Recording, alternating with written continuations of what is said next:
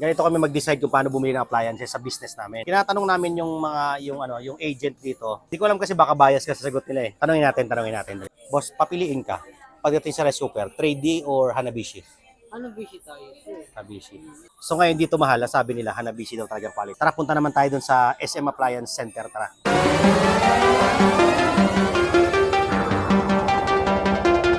Ma'am, may tanong lang ako, ma'am. Plano kasi namin magbili ng 30 cups na rice cooker. So mas quality, Hanabishi o 3D? Kasi Advisable for ang 3D?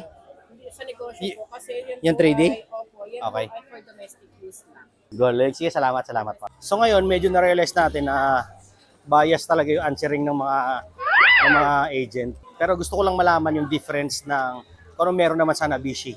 Na itanong natin. Kasi meron special features sa kabila. I'm sure meron din sa Hanabishi. Tanong natin. Bro, sabi kasi nung kabila sa 3D, yung 3D daw, may thermal cut-off. Alam mo yung mga ganun? Alam mo yung thermal cut-off? Ano ibig sabihin nun? Thermostat yun. Ano ibig sabihin nun? Ano yun, sir, pag nag-overheat? Overheat tsaka pag mabigat, sobrang bigat daw. Yan, meron din ba yan? Wala. Meron din yan, sir. Lahat naman yan, sir. Oo nga, lahat naman meron, di ba? Di ba lahat naman meron talaga eh. So, kinulaan ko kasi kung bias yung mga sagot nyo. Bias din talaga. Dito din kayo. Sila, doon din sila sa 3D. Anong meron dito na wala sa 3D? Yung service, Na service, mas matagal, mas quality? mas quality. Mas mabilis yung process. Process. Process ng service niya. Pag Anong process, sir? Pag may ayos, may ayusin. nagka-defect siya, yun. Okay, sa warranty. Pero pagdating sa mga features, sa tingin mo, Same lang po yan. same lang talaga? Sa mga rice Sige na nga. cooker Sige na para. Sige bro. So ngayon, it turns out, ang final na decision namin, 3D na talaga. Namahal, no? 10 years warranty? 1 year. Joke lang. Actually, sa mga ganitong senaryo, hindi naman talaga ako nakikinig. Importante pa ba yan? Hindi ko lang pinagsasabi niya. Gagamitin natin pang warmer lang namin to eh. Gusto namin double purpose eh. Mainit sa nakaludo. Pagkatapos doon, syempre nagutom, di ba? Pumunta kami dito sa may hindi ko alam kung anong kainan to, hindi ako nag-endorse yan. Putang ina yung tsura yan, no? Syempre nag-ice cream ako. Ano ba to? Halo-halo na regular, pero napakamahal. Pero masarap naman siya.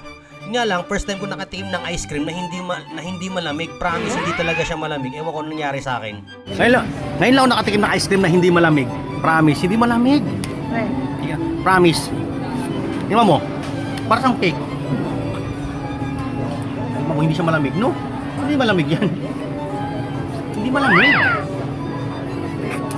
Ice cream eh. Pansin ko talaga, aksayado ng mga tao. May tira pa yun, no? Ang dami, oh. No? Dami pang laman yan, no? Tapos sasabihin nyo, naghihirap ang mundo, ang mga tao. Pagkatapos ng bumili kami laptop, ay, computer pala. Salamat sa butterfly effect. May bago kaming PC, di ba? Yan ang formula ng aming Facebook marketing. At dahil magagabi na, shortcut nga pala kami dito sa may munisipyo ng Lipa. Sobrang ganda ng bagong munisipyo namin. Alam nyo kung gaano kalaki ang munisipyo ng Lipa ngayon? Tingnan nyo to. Oh, diba grabe, laki oh. Para siyang Rockwell na may glorieta, alam mo yung gano'n? Grabe talaga mga normal. Isa to sa mga pinakamalaking munisipyo nakita ko sa talambuhay ko.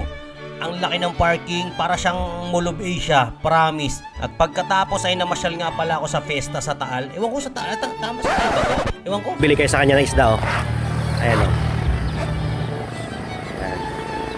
Brother oh. Mga normal. Tayo sa Fiesta. Pamiesta tayo, tara. At dito nga pala tayo ng Miesta kay La Capitana. Napakaganda ng bahay nila at very hospitable din yung mga tao. In fairness, napakasarap din ng mga menu nila, kakaiba. Hindi typical na mga pang-fiesta na mga pagkain. Alam mo yung ganun, pang-hotel. Dito ulit tayo sa suki natin kay tita. Di ba? Pampalakas ng resistensya. Focus on your health. At dahil gusto ko maging healthy ang mga tao, nagbenta nga pala ako ng lumpiang sariwa para may panggas ako pauwi. Kasi ayoko namang maglakad, di ba? At maganda pa dyan, masarap na, healthy pa. Saan ka pa, di ba?